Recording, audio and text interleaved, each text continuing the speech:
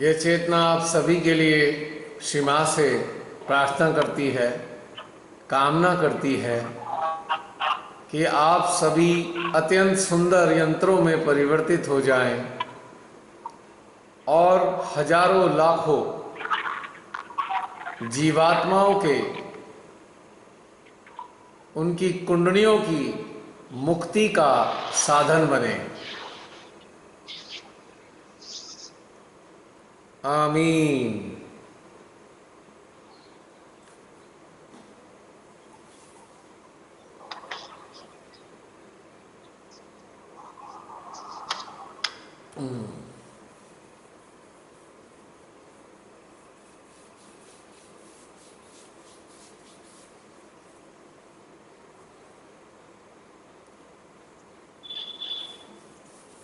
जय श्री माता दी बहन जी, रमनी बहन। जय श्री माता जी भैया। मैं क्षमा चाहूँगा, काफ़ी व्यस्त चल रहा हूँ आजकल। मैं किसी की बात नहीं कर पाता, भैया ग्रुप में किसी की बात का ठीक से उत्तर नहीं दे पा रहा हूँ। आने वाले नहीं समय नहीं में भैया, संभव होगा।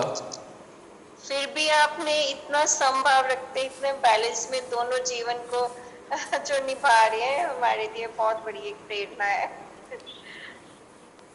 बहन देखिए, ये हमारे हाथ में है कि हम उलझें या हम संतुलन में रहें।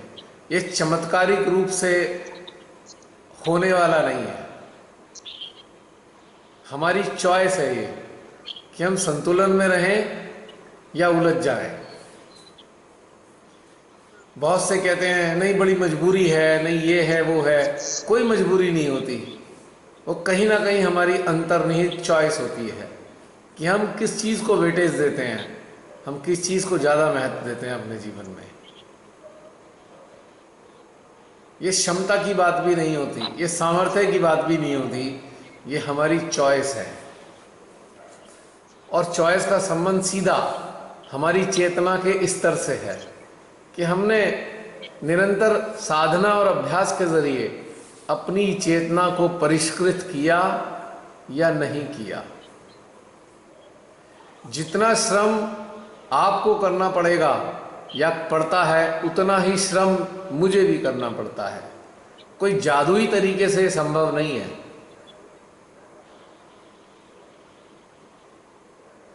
श्री माता जी ने जब से अपने श्री चरणों में स्थान दिया है, निरंतर परिष्करण जारी है, अपनी इच्छा के कारण, अपनी प्राथमिकता के कारण। बहुत से लोग बड़ा लेम मतलब एक एक्सक्यूजेस देते हैं, नहीं नहीं फला फला आदमी के घर में ये सुविधा है, फला फला इंसान के साथ ये होता है, फला फला के घर में ये प्रॉब्लम नहीं है। ये सब झूठी बातें हैं।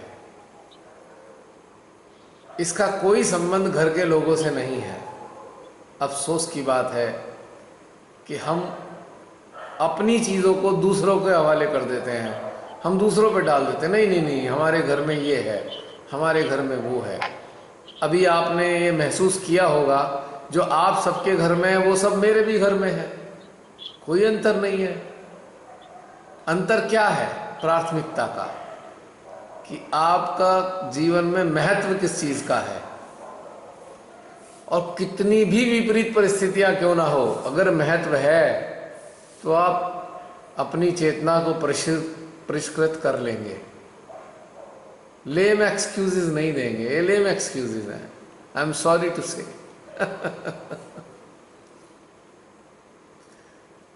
अब ये सारी यात्रा जो चली, उसमें मेरे को बहुत सारी ऐसी चीज़ें फेस करनी पड़ी, तो मैं आसानी से कह सकता नहीं नहीं वो संभव नहीं होगा, ये है वो है फला फला, घर में भीड़ है, इतने लोग आ रहे हैं, टाइम नहीं है, ये है वो है।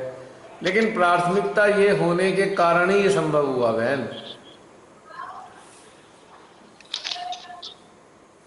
सब एक से ही होते हैं घर, कोई खास अंतर नहीं होता। एनीवे, चॉइस सबकी अपनी अपनी है।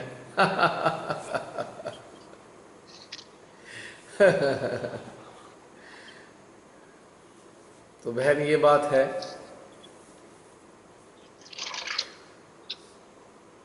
आज थर्ड डे वाला कार्यक्रम था, पूरे दिन चला, बहुत सारे लोग आए और शिमा ने अपना कुछ कार्य भी कराया एक जन साधारण सामान्य लोगों के लिए।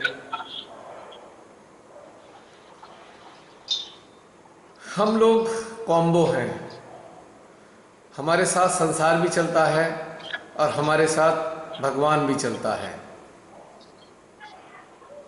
अब ये डिसीजन हमारा होता है, हम दोनों में से महत्व किसको दें। फिनिश।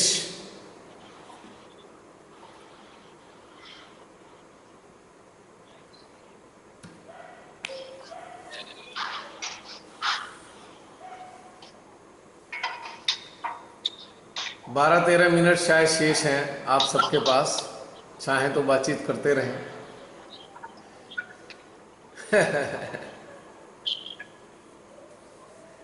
और एक बात मैं आपको जरूर बताना चाहूँगा, आपको कल भी थोड़ा बताया था, आज भी बताना चाहता हूँ। बताने का कारण ये नहीं है कि भाई मैं आपको ये दिखाना चाहता हूँ कि कितना बड़ा काम हो गया, नहीं। केवल उसको बताने का एक उद्देश्य है, आप सबके जीवन में ऐसे अवसर समय समय पर आते रहते हैं, तो आप उन अवसरों के बीच में ही आपकी प्राथमिकता सेट करनी होगी। यदि हमें एक अच्छा यंत्र बनना है और उसके लिए प्राथमिकता के अलावा कोई दूसरा साधन नहीं है।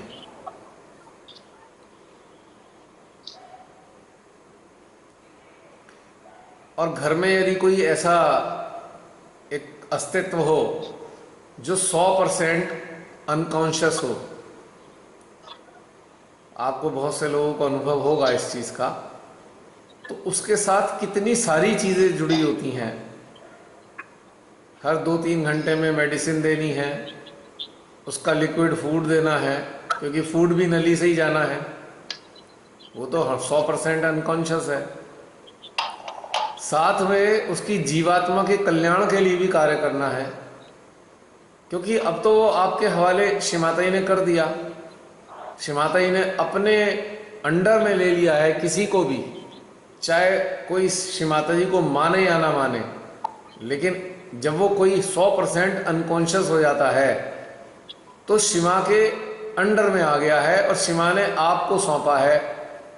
शिमा ने अपनी तरफ से आपको नियुक्त किया है कि आपको 3 तरीके से ख्याल रखना पड़ेगा, चौथे 4 तरीके से। पहला, सबसे पहला, दवाई जो 2-2 घंटे में देनी होती है, वो भी लिक्विड फॉर्म में जाएगी, नली से ही जाएगी। जुबान तो बंद है, आंखें बंद हैं, हाथ हिलते नहीं, पांव हिलते नहीं। दूसरा नंबर आता है फूड, लिक्विड फॉर्म में ही जाना है। तीसरा नंबर आता है सोशल स्टेटस, यानी कि आपके घर में मिलने वाले भी आएंगे, देखने वाले आएंगे, नज़दीकी लोग आएंगे। और चौथा है उसकी जीवात्मा के लिए कार्य करना, जो इन तीनों में सबसे ज़्यादा महत्वपूर्ण है। एक साधक के लिए, एक साधक साधिका के लिए ऐसा कार्य एक टास्क है। माँ आदि शक्ति ने अपने एक ऐसे बच्चे को आपके हवाले कर दिया जो माँ आदि शक्ति से कभी जुड़ नहीं पाया, साधना से नहीं जुड़ पाया, ध्यान से नहीं जुड़ पाया, लेकिन आपके हवाले कर दिया है। तो आपकी क्या जिम्मेदारी है कि उसकी जीवात्मा के कल्याण के लिए भी कार्य किए जाए। उसके भीतर जो देवी देवता सुप्त अवस्था में है, उस अनकॉन्शियस स्टेट में भी अपने एनर्जी फील्ड से उन्हें जगाया जाए, उनकी कुंडली को अपनी कुंडली की शक्तियों से उठाया जाए। और ये होता है, और ये हुआ, प्रत्यक्ष हुआ। आपसे इसलिए शेयर करना चाहता हूं मैं कि बहुत ही हैरानी वाला घटनाक्रम है। इस घटनाक्रम के कारण एक सुनिश्चित सिद्धांत भी बदल जाता है। बहुत ध्यान से सुनिएगा मेरी बात। सुनिश्चित सिद्धांत है दुनिया का, जो जैसा करेगा वैसा भरेगा, कहते हैं ना। और दूसरा, कुंडली उसकी सहस्त्रार पे बनी रहेगी जो साधना करेगा, ये बात सत्य है। लेकिन आश्चर्य की बात है जब आपके संपर्क में एक ऐसा मानव आता है जो 100 में से 100% अनकॉन्शियस है, और फिर भी उसकी कुंडली सहस्त्रार पे आए, फिर भी उसके चक्रों में एनर्जी आए, और फिर भी उसको उस अनकॉन्शियस स्टेट में शरीर छोड़ते हुए मुक्त अवस्था की स्थिति बन जाए। कहा जाता है ना, यदि किसी के प्राण सहस्त्रार से निकले तो मुक्त अवस्था मानी जाती है, किंतु उस मानव ने कभी पूरे जीवन में इस उच्च स्थिति तक कभी साधना की ही नहीं, मान लो, और संसार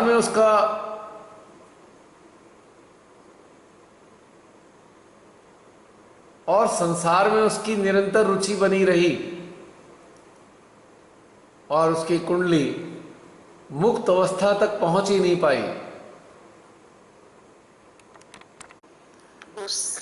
जी, जय श्री माता जी। बड़ी मुश्किल से कनेक्ट हुआ है लगता है। जय श्री माता जी। जय श्री माता जी। पता नहीं क्या हुआ, आज फिर इसमें कनेक्टिविटी की प्रॉब्लम आई है। एक मिनट वीरेंद्र भैया, आप होस्ट हैं। हाँ, मैं ये कह रहा था कि एक इंटरेस्टिंग चीज श्री माता जी ने एहसास कराई। बात ये रह गई थी बीच में कि जो जीवात्मा आज की तारीख में, जो मानव अपनी कॉन्शियस स्टेट में नहीं है, बड़ी ब्यूटीफुल चीज श्री माता जी ने समझाई, सिखाई भी, और वो अपने लिए कोई उद्धार का साधन नहीं कर सकती। हम तो सीधे सीधे कह देते हैं ना, भाई इसके लिए कुछ नहीं हो सकता, इसके लिए कुछ नहीं हो सकता, भाई जो लोग साधना नहीं करते उनका कुछ कल्याण नहीं हो सकता, ये सत्य है। लेकिन जब वो मृत अवस्था जैसी अवस्था में आ जाए, एक प्रकार से ब्रेन डेड हो जाए, वेरी इंटरेस्टिंग, दोनों ब्रेन डेड हैं और वो शरीर किसी भी लेवल पे हिलने लायक नहीं है, निश्चित रूप से नहीं है। किंतु एक बहुत बड़ा सत्य है कि किसी भी ऐसी अवस्था में पहुंचे हुए मानव की चेतना सक्रिय होती है, सक्रिय होती है ऐसे मानव की चेतना।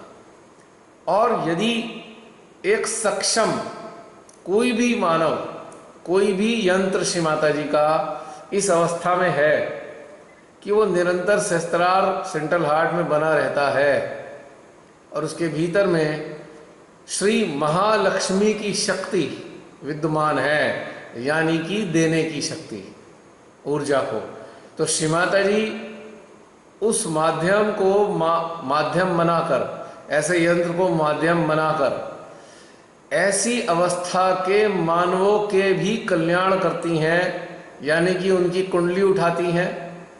यदि वो अपने जीवन काल में मानव अपनी नाभि में भी फंसा क्यों ना हो, कितना भी क्यों ना फंसा हुआ रहा हो, और उसके मुताबिक उसको आगे के 20-25 जन्म लेने हो सहस्त्रार तक की यात्रा करने के लिए, फिर भी श्री मां की करुणा, उनका प्रेम, उनकी शक्ति यंत्र के माध्यम से उनकी कुंडली को भव सागर से निकालकर सहस्त्रार पर पहुंचा देती हैं, और फिर उनको सहस्त्रार के माध्यम से अंतिम जो एक घड़ी होती है जिसे हम मृत्यु कहते हैं, वो सुखद मृत्यु प्रदान करती हैं। ये घटनाक्रम घटित हो सकता है, 100% हो सकता है, क्योंकि ऐसा ही घटनाक्रम घटित कराया श्री माता जी ने। और आपको आश्चर्य होगा कि जो उनकी जीवात्मा ने, उनकी कुंडली ने किस तरीके से उधरगामी यात्रा की, आश्चर्यजनक तरीके से। उनके जो अंतिम सांस थी, मेरे सामने फाइनल अंतिम सांस उन्होंने ली, पर जानते हैं क्या परिवर्तन मैंने नोटिस किया? कि भव सागर में कुंडली होने के बावजूद भी जो उन्होंने लक्षण प्रकट किए माँ ने, श्री माता जी ने, कि मैंने देखा कि जब पहली बार में सांस का जो क्रम चल रहा था वो नाभि से नसिका तक था, उसके 10 सेकंड बाद सांस का क्रम मध्य हृदय से नसिका तक चला। फिर तीसरी स्टेज में 10-15 सेकंड बाद उनकी जो सांस का क्रम विशुद्धि से नसिका तक चला, और उसके बाद विशुद्धि से उनकी सांस का जो क्रम था मात्र नसिका तक सीमित रहा, और बड़ी शांति और सुकून के साथ में उन्होंने अंतिम श्वास लिया, जो इतना छोटा था, जो केवल एक इंडिकेट कर रहा था नाउ आई एम गोइंग। मेरा हाथ उनके सर पर था और एक करुणा का भाव श्री माता जी की तरफ से यंत्र के माध्यम से उनके सिस्टम में जा रहा था। जैसे 1 महीने का 2 महीने का बच्चा सामने है, ये वाली फीलिंग चल रही थी। और उनके बाद उनकी कुंडली सहस्त्रार से रिलीज हो गई। ये साक्षात घटनाक्रम एकदम खुली आंखों से और चेतना के स्तर पे महसूस हुआ। तो एक नया आयाम कुंडली की मुक्ति का श्री माता जी ने इस यंत्र के सामने स्थापित किया। इसीलिए मेरा शेयर करने का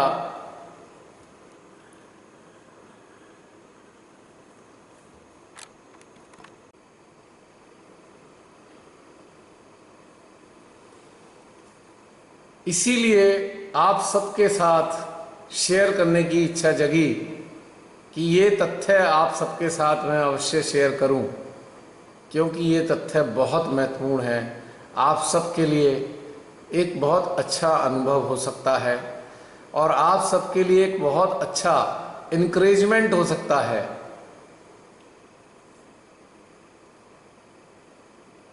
कि हम किसी भी चेतना के लिए ऐसी अवस्था में जो पहुंची है उसके लिए कार्य किया जा सकता है निश्चित तौर से।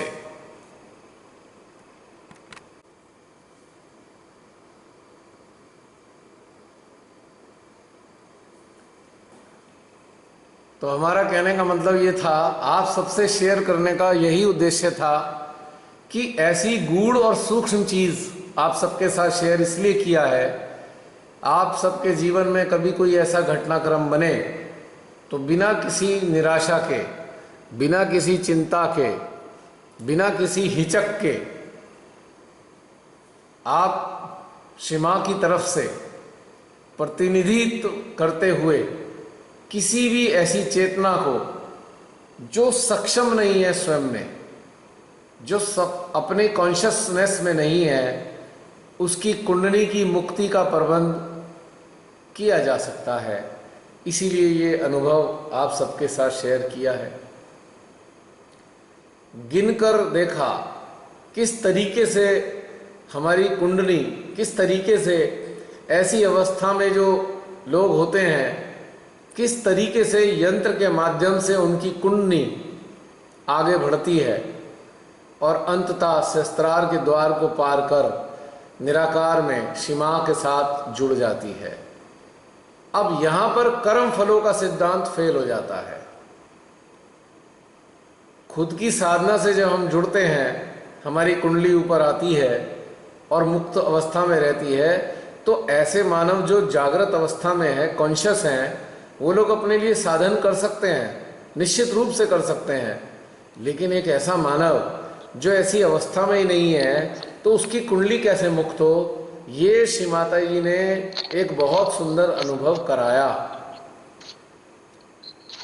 और देखो ना कितने सुंदर क्रम में हुआ कि जब किसी यंत्र का ऊर्जा क्षेत्र, ऊर्जा की जो एनर्जी फील्ड है, जब कुंडली को मिलने लगी तो विष्णु जी थोड़ा सा जागृत हुए। उन्होंने कुंडली माँ को हृदय का रास्ता दिखाया। हृदय में माँ जगदम्बा ने संभाल लिया और माँ जगदम्बा ने उनकी कुंडली को संभाल कर श्री कृष्ण जी तक पहुँचाया, जो विराट हैं स्वयं। और विराट का अनुभव उनकी कुंडली को ऊर्जा प्रदान करने वाला रहा। और विराट से ऊर्जा पाकर कुंडली ने सबसे कठिन मार्ग, आज्ञा के मार्ग के द्वार से होते हुए सहस्त्रार से पार होकर निकल गई। यानी कि अपने लिए एक जीवात्मा ने, अपने लिए एक मानव ने अपने पूरे जीवन काल में अपनी कुंडली को मुक्त करने के लिए कुछ भी नहीं किया, किंतु किसी यंत्र के कांटेक्ट में आने के बाद श्री मां ने यकीनन कहीं ना कहीं उस जीवात्मा के सद्कर्म जरूर रहे होंगे किसी न किसी स्तर पर वो जीवात्मा इतनी सक्षम भी ना थी कि स्वयं के साधना से इस गति को प्राप्त हो पाती। लेकिन श्री मां ने यंत्र के माध्यम से उस जीवात्मा का कल्याण किया और उनकी कुंडली को मुक्त किया। ये एक बहुत ही ब्यूटीफुल टीचिंग श्री माता जी ने दी। लेकिन ये जो भी हैं, आप सब लोगों के अंदर ये उत्कंठा हो कि कभी ऐसा मौका हम भी करें, हाँ अवश्य करें, लेकिन पहले अपने अंदर झांक के जरूर देखें क्या हमारी चिपक संसार की किन्हीं चीज़ों से तो नहीं है अभी, वरना ये हो नहीं पाएगा, निश्चित रूप से नहीं हो पाएगा। क्योंकि जो ऐसी स्थिति में मानव है अपने किन्हीं चिपक के कारण अपनी कुंडली को अपनी नाभि में फंसाए हुए है, लेकिन जो उसको माध्यम मिले वो माध्यम ऐसा मिले जिसकी चिपक किसी भी प्रकार की सांसारिक चीज़ों में ना हो, तो ऐसे माध्यम से श्री मां ये कार्य कर सकती हैं और करती भी हैं। तो ये बात बहुत महत्वपूर्ण है कि हमें देखा देखी, हमें नकल के आधार पे, हमें हिरस में नहीं काम करना, हमको अपने यंत्र के हिसाब से काम करना है और अपने आत्मनिरीक्षण के दौर से गुजरकर क्या हमारी चेतना मुक्त अवस्था में है, क्या हम किसी संसारिक चीज से लिपटे तो नहीं। नकल करना बेहद आसान होता है, किंतु वास्तविक स्थिति इसके बिल्कुल उलट है। ये कार्य नकल से कदापि नहीं हो पाएगा, न किसी हिरस से होगा, ये होगा पूर्णतया अपने यंत्र को इस स्थिति में महसूस करने से कि हमारी चेतना व चित्त कहीं उलझे तो नहीं है। श्री मां ने एक अत्यंत सुंदर आयाम साधक साधिकाओं के लिए प्रस्तुत किया है, लेकिन उन सब चीज़ों के लिए एश्योर होना बहुत आवश्यक है, अभी जिसके लिए मैंने चर्चा की है, क्योंकि ये जीवंत अनुभव था। और जीवंत अनुभव जो है जब घटित होता है तो एक नया आयाम हमारे सामने खुलता है जो शास्त्रों में भी वर्णित नहीं होता। निश्चित रूप से हाँ, ये तो सुना था हमने पहले कि बहुत बड़े बड़े ऊंचे दर्जे के ऋषि मुनि हुआ करते थे, वो आशीर्वाद देते थे तो लोगों का कल्याण होता था। पर ये तो सार्थक रूप से श्री मां ने एक ऐसी चीज़ दिखाई और यही चीज़ दिखाने के लिए एक ऐसा घटनाक्रम बनाया, बड़ा विलक्षण घटनाक्रम रहा ये। आश्चर्यजनक तरीके से उन्होंने कितनी सुंदर टीचिंग भी दी है हमें, यानी कि कर्म के सिद्धांत को ही परिवर्तित कर दिया। तो मां आदि शक्ति कुछ भी कर सकती हैं, कुछ भी कर सकती हैं, और वो जो करती हैं मानव की कल्पना और सोचों से बहुत परे होता है।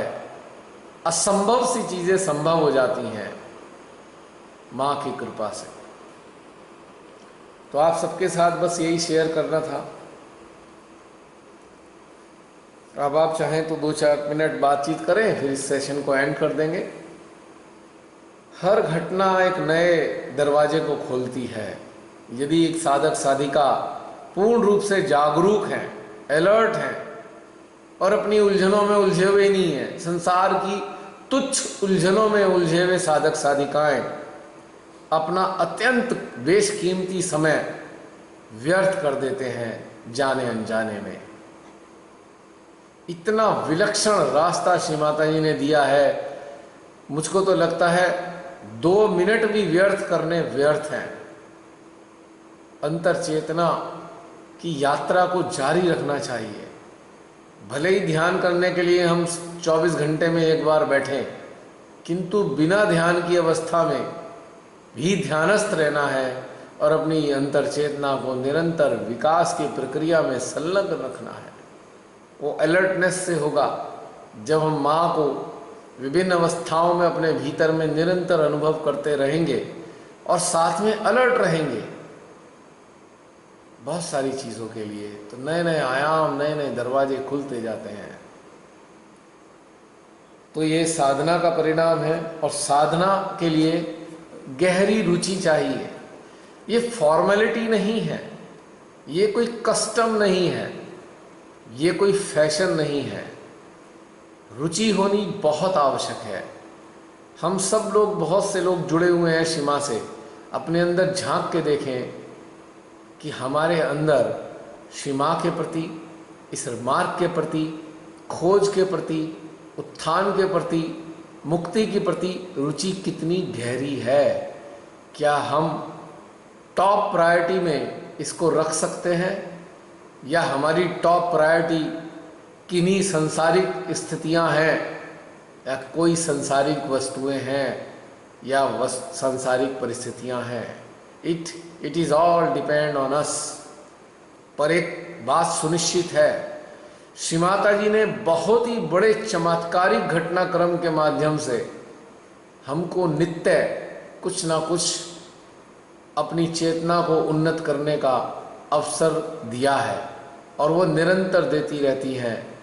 जितने हम जागरूक होंगे उन अवसरों का हम लाभ उठा पाएंगे। इसी के साथ मैं अपनी बात समाप्त करता हूँ। जो शेयरिंग थी मेरी, आप लोग अब चाहें तो थोड़ा सा बातचीत कर सकते हैं। कल भी नेटवर्क की प्रॉब्लम आई इसी वक्त, आज फिर आई।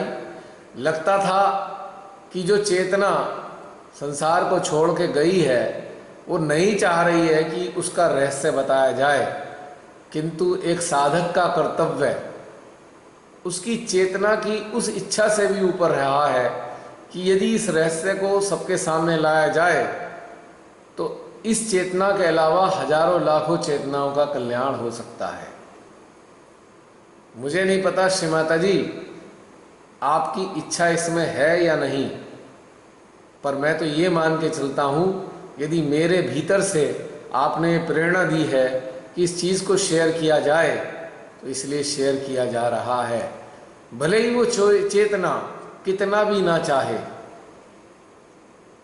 क्योंकि चेतना को अपना कल्याण पूरी तरह मालूम नहीं होता है, लेकिन हमारी माँ को हम सब का कल्याण का पता होता है कि हम सबका कल्याण कैसे हो सकता है। जी, अब मैं समाप्त करता हूँ अपनी बात। आप लोग चाहें तो बातचीत कर सकते हैं थोड़ा सा, बहुत देर नहीं करेंगे, ऑलरेडी काफ़ी लेट हैं हम लोग और इस नेटवर्क के चक्कर में हमारे 10-12 मिनट खराब भी हो गए हैं।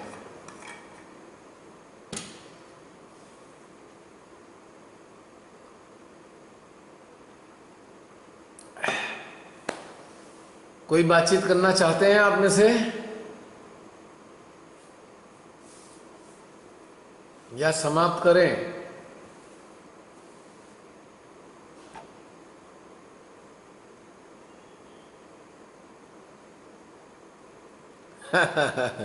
हमारी शशि बहन तो सो ही गई। जय श्री माता जी। आपका जो एक्सपीरियंस था बहुत ही जबरदस्त। हाँ, बहुत जबरदस्त और बहुत कुछ सीखने को मिलता है, बहुत कुछ सीखने को मिलता है।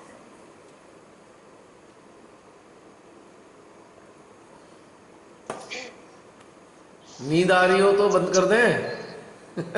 जय श्री माता जी भैया। जय श्री माता जी बहन। आज जब थोड़ा सा एक्सपीरियंस शेयर करती हूँ भैया। आज का ध्यान बड़ा अलग तरह था।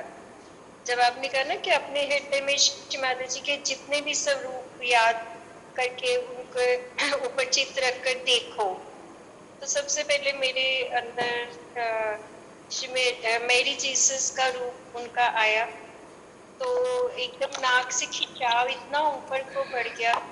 उसके बाद मेरे अंदर उनका जगदम्बा आया, बहुत सारी उनकी जो 8 भुजाएं वाला, तो भैया ऐसे लगा जैसे टाइड्स होती है ना समुद्र में, हाँ जी। वो उठती है बड़ी ऊपर, इस तरह से हार्ट से उठ रही है, संसार से ऊपर को बड़ी ऊपर ऊपर जा रही है। या तो वो टाइड्स थी या वो इतना तेज खिंचाव था जो हार्ट से बहुत ऊपर जा रहा था, जी। और वो बहुत देर तक रहा, उससे भी बाहर आने को मन नहीं कर रहा था। तो आपने कुछ कुछ मतलब 1-2 मिनट लगाने, उसके बाद नेक्स्ट उनका स्वरूप देखो, उसके बाद श्री कृष्ण जी पर किया, उनका उस स्वरूप को देखा, तो भैया ऐसे लगे अंदर ना एक वाइट गोला सा, बहुत प्रकाश का, बहुत बड़ा होता जा रहा है गोला सा ना, जी। बड़ा बड़ा बड़ा, बहुत बड़ा, ऐसा महसूस हुआ मुझे। चलिए, इतना सुंदर सुंदर ये अनुभव किया। उसके बाद फिर संसार पर आपने मादी शक्ति का जब बोला तो ऐसे लग रहा था एकदम बारिश की बूंदे फटाफट सर पर बरसनी शुरू होगी, तेज तेज उसका, और जो ठंडक थी वो पूरी शीतलता पूरी बॉडी में समाई जा रही थी। भाई वाह, ये तो बहुत बढ़िया रहा। इसके बाद भी कुछ था, कुछ चित किया था ना। हाँ, बहुत कुछ है बहुत वैसे तो अच्छा था। बहन, बहुत और कुछ भी सब दिखाती हैं, एहसास शेयर कराती हैं करेंगे। श्री माता जी। हाँ जी। तो ये अनुभव मैंने आपसे शेयर किया, आपको थोड़ा सा अजीब लगा होगा, क्योंकि एक बहुत नहीं भैया, असंभव सी चीज़ बिल्कुल। थी। ये बहुत असंभव सी चीज़ थी जो अनुभव हुई। मैंने उनकी श्वास को 5 स्तर पे देखा, अंतिम स्तर तक देखा, 5 स्तर तक, नाभि से हृदय पे, विशुद्धि में, एक तरीके से आज्ञा में, फिर से स्त्रार। बड़ा विलक्षण था मेरे लिए भी ये भी ये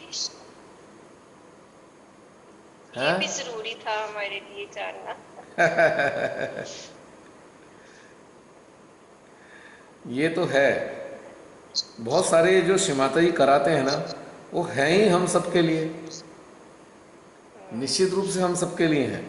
अगर हम जागरूक हैं तो इनमें से बहुत सारी चीज़ें हम प्राप्त कर लेते हैं, बहुत सारी चीज़ें हम ले लेते हैं, और बहुत आनंद आता है। लेकिन मैंने कहा ना, प्रायोरिटी डिसाइड करनी पड़ेगी। अब एक ऐसी अवस्था आ रही है कि अब निश्चित करना पड़ेगा, आगे बढ़ना अगर है तो अब प्राथमिकता सुनिश्चित करनी पड़ेगी अब, कि भाई हमें जाना किधर को है। अब हम जो है ना, टेक इट ग्रांटेड वाली स्टेट में नहीं है, एक डिसिसिव स्टेट में है कि हम डायरेक्शन कौन सा होगा हमारा। संसार की बहुत सारी चीज़ें हैं, अपनी जगह हैं, चलती रहती हैं।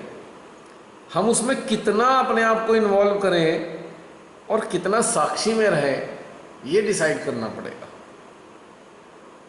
क्योंकि श्री माता जी ने हम पे इतना समय लगाया है, हमको इस तरफ गूढ़ता की तरफ ले जा रही हैं, तो अब हम उन्हें एक मामूली से नौसिखिए बच्चे जैसे नहीं व्यवहार कर सकते अब, कि ठीक है हम वहाँ कभी भजन कर लेंगे, कभी भांगड़ा कर लेंगे, कभी ये कर लेंगे। अब नहीं, अब समझना होगा कि हमारा लक्ष्य क्या है।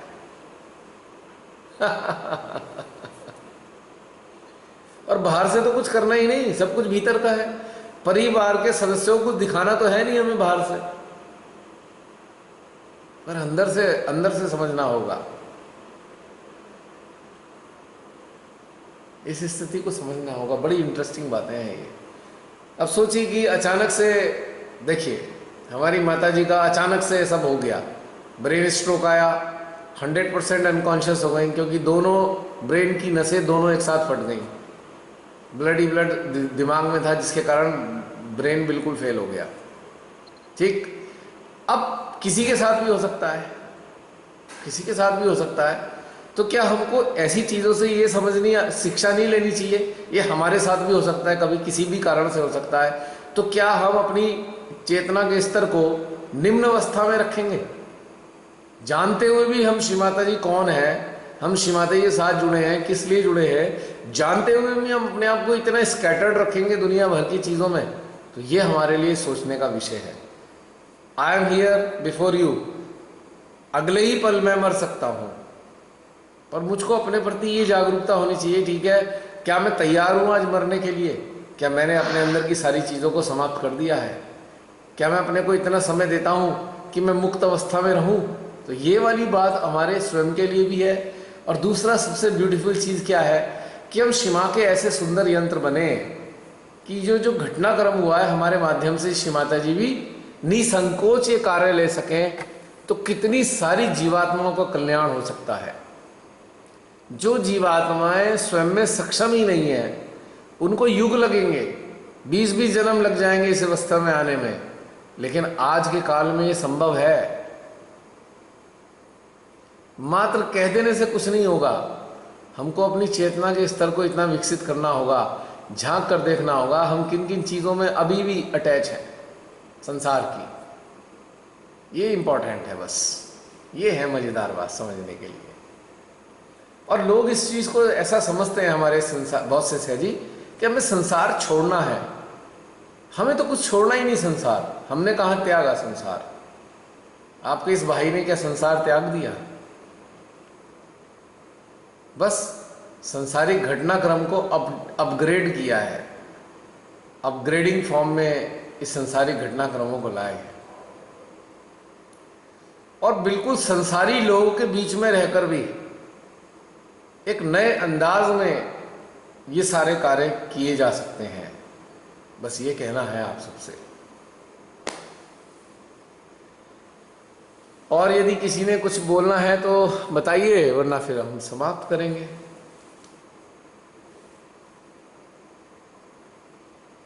Anybody else?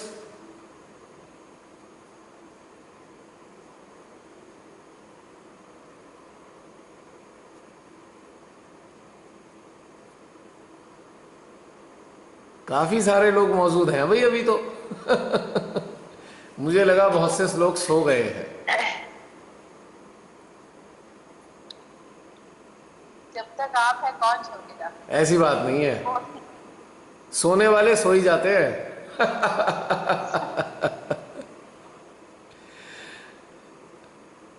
बस आप ही बोलिए। नहीं, बस मेरा तो बोलना समाप्त हो चुका अब। हो गया? हाँ, अब मेरे को नहीं बोलना। अब आप लोग बोलिए अगर बोलना चाहते हैं तो, वरना फिर विदा आगे कल तक के लिए।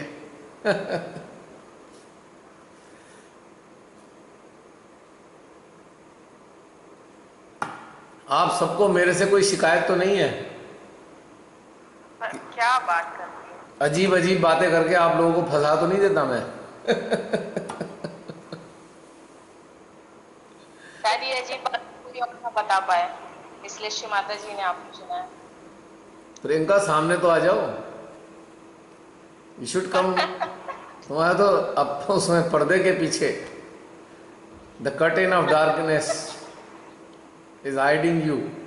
जरा वीडियो वाले को क्लिक कर दो जिससे दिख तो जाओ। हाँ, ये बात हुई ना। और तुम्हारा मुस्कुराता हुआ चेहरा इतने सारे लोग YouTube पे देखने वाले हैं, ये भी तो सोचो। अब सोचो, बहुत से सहजी इस चेहरे को सबको दिखाने के लिए 2-2 घंटे तैयार होते हैं, सजाते हैं अपने आप को। और हम जैसे लोग फक्कड़ जैसे हैं वैसे ही।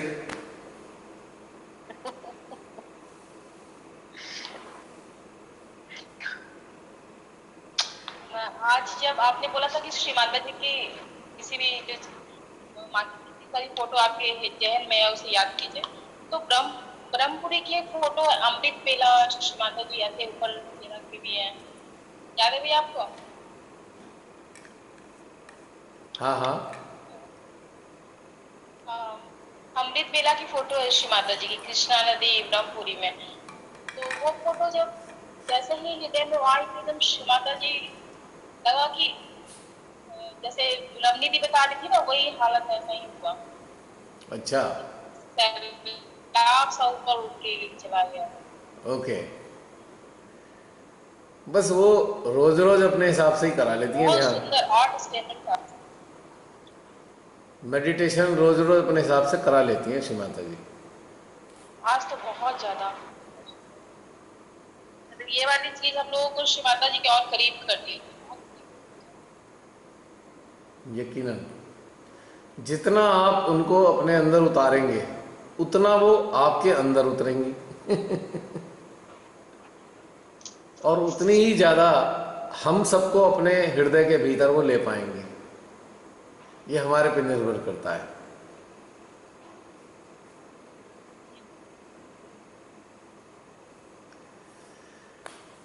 Anybody else?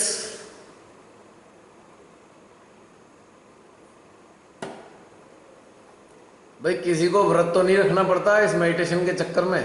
बता दो निसंकोच कि खाना वाना खाया नहीं जा रहा, भैया ने फंसा रखा है, ना खाने देते हैं ना सोने देते हैं।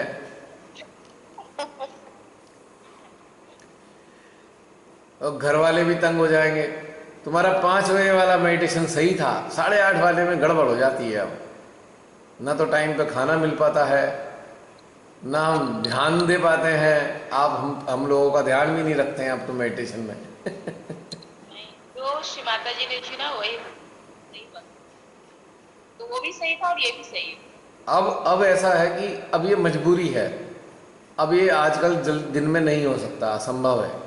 बड़े सारे लोग आते जाते रहते हैं आजकल।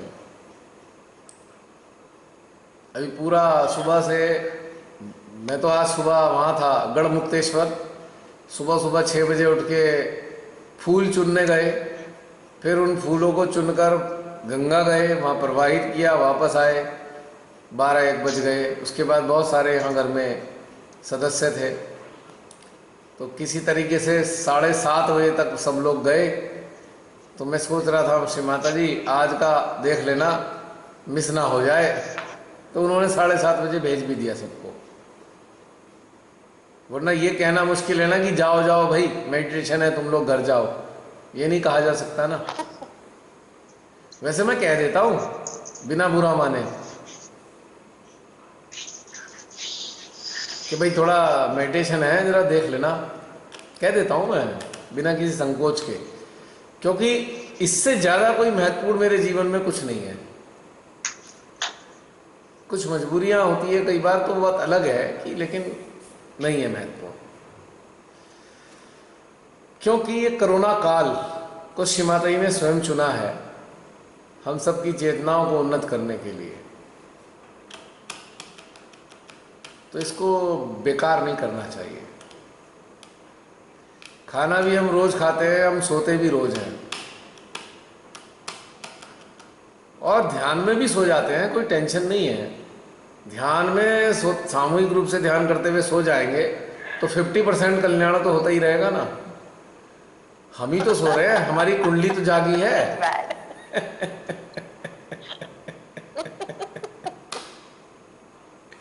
आधा लाभ तो मिल ही जाता है अब रखें, समाप्त करें हम। माता जी भैया, जय श्री माता जी, जय श्री माता जी, जय श्री माता जी, बाय जय बाय। श्री माता जी, जय श्री माता जी। जय श्री माता जी। सबको जय श्री माता जी। जय श्री माता जी। जय श्री माता जी।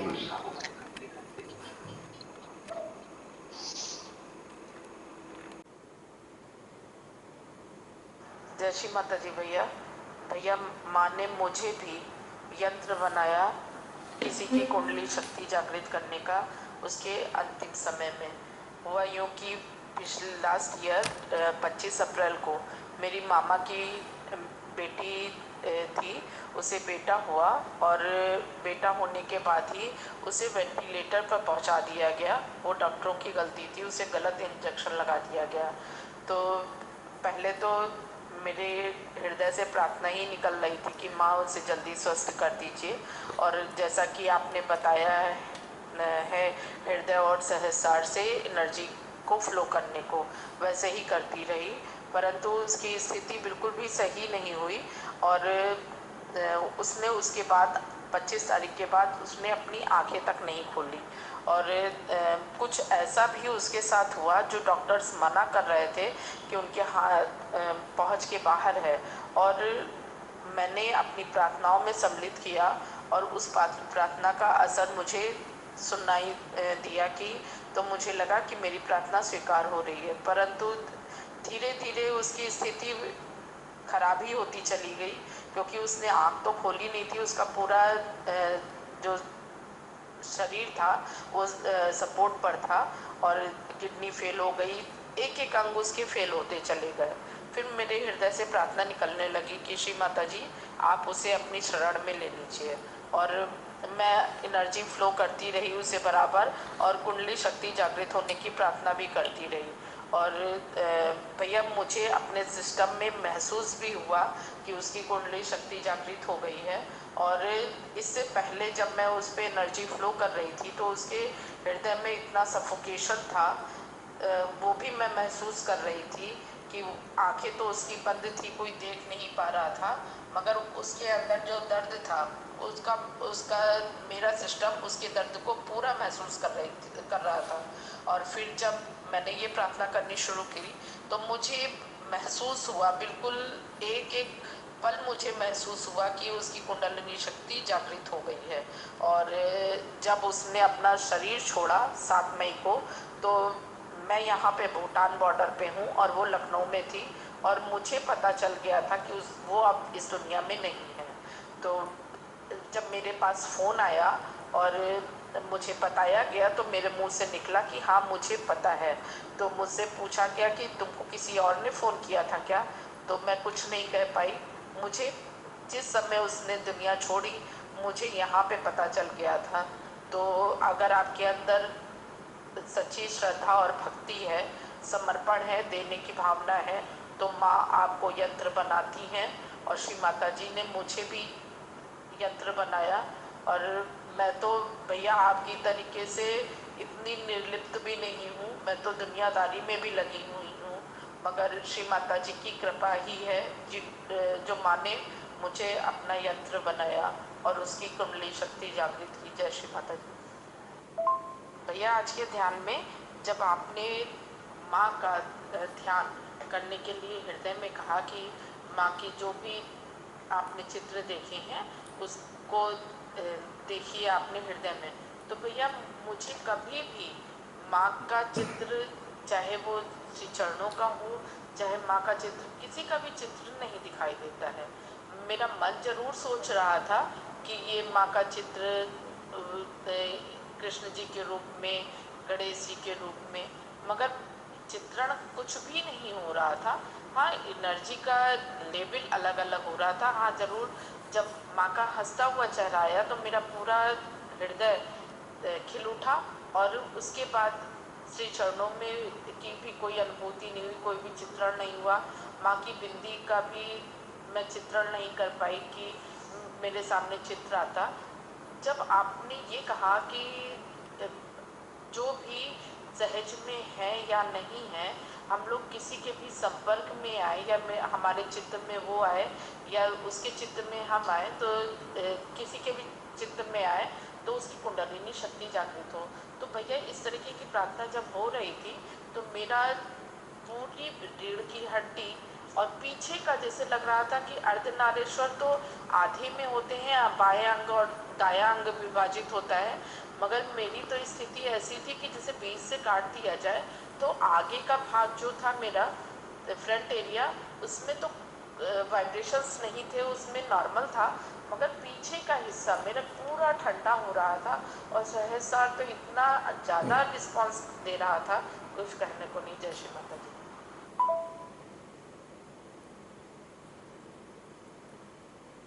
जय श्री माता जी। अर्चना बहन, बहुत अच्छी बात है कि आपके माध्यम से किसी की कुंडली जागृत हुई और उनको लाभ हुआ, उनकी जो पीड़ा में थोड़ी कमी आई।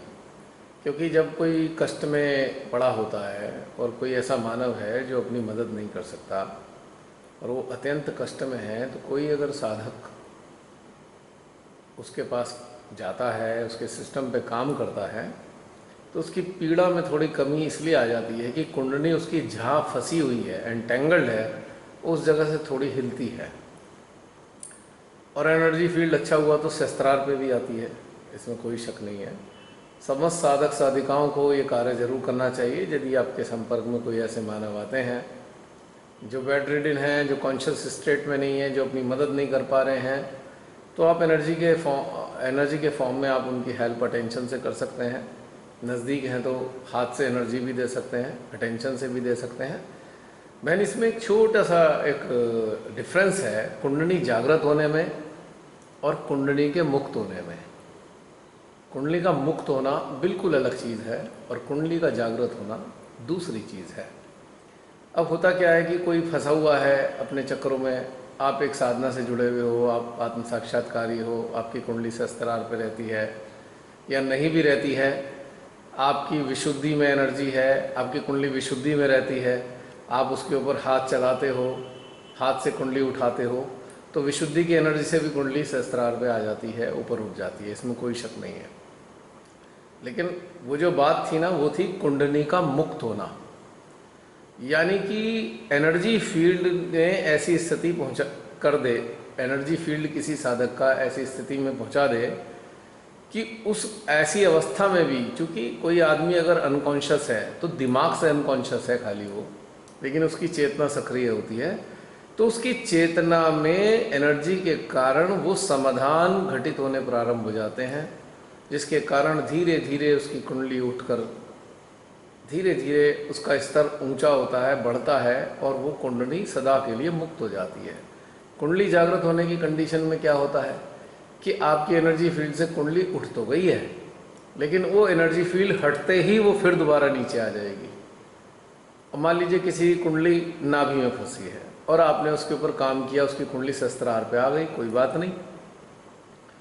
और अगर आपके सिस्टम बिल्कुल बिल्कुल नीट एंड क्लीन है और आपकी साधना में भी वो स्थिति है, आपके अंदर 100% समाधान है, तो वो जो समाधान है उस बेहोश इंसान की चेतना में भी घटित होता है, जिसके कारण उसकी कुंडली एक एक स्तर को पार करती हुई अंततः मुक्त हो जाती है।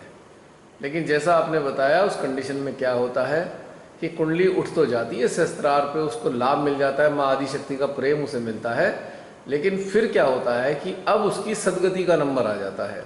सदगति से मतलब है कि उसके प्राण छूट जाएं।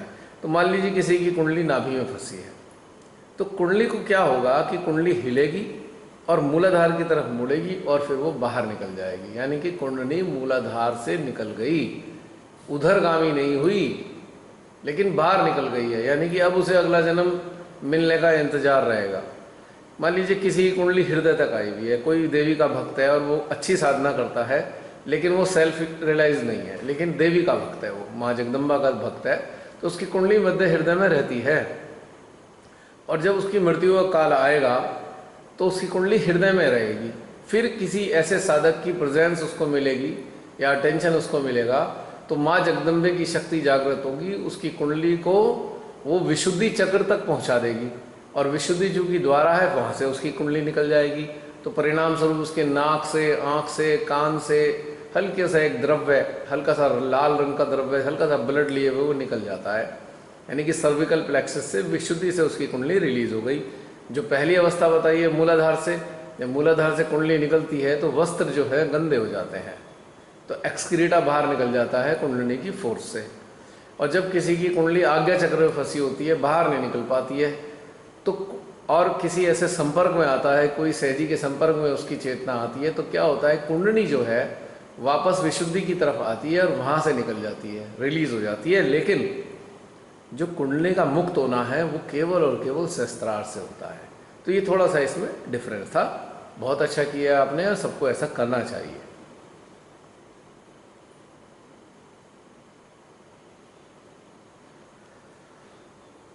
बहन, ऐसा आपकी जो ये बात थी, इसके एवज में मेरा यही कहना है बहन, कि जो आपने बताया ना, मेरी बॉडी फ्रंट और बैक साइड में एक तरीके से डिवाइड हो गई। आपने यदि पढ़ा हो, एक आर्टिकल था मौन अभिव्यक्ति का, कुंडली की जो उसके संकेत थे ना, ऊर्जा संकेत, एक मौन अभिव्यक्ति, उसमें क्या बताया गया था कि जो फ्रंट साइड में जो हमें अनुभव होता है वो उन लोगों का अनुभव होता है जो हमसे दिली तौर से जुड़े होते हैं, तो उनके इंडिकेशन हमें फ्रंट साइड में चक्रों में आते हैं। लेकिन जो परिचित तो हैं पर दिली तौर से नहीं जुड़े हुए, तो उसके सारे इंडिकेशन हमारे बैक साइड में रीढ़ की हड्डी पे स्थित चक्रों में आते हैं। तो इसलिए आपको हाफ हाफ डिवाइडेड महसूस हुई आपकी बॉडी फ्रंट और बैक के हिसाब से, वो भी एक अच्छा है। बस ये समझना होगा इस कारण से होता है। दोबारा रिपीट करूंगा, जिनसे हम दिली तौर से जुड़े हुए हैं उनके इंडिकेशन फ्रंट साइड के चक्रों में महसूस होंगे। हालांकि चक्र तो एक ही जगह है लेकिन इंडिकेशन फ्रंट साइड में आएंगे। और जिनसे हम दिली तौर से नहीं जुड़े लेकिन परिचित हैं, तो उनके चक्रों का जो रिफ्लेक्सेस आएगा हमारी रीढ़ की हड्डी पे स्थित चक्रों में आएगा और वहाँ शीतलता दौड़ती हुई महसूस होगी।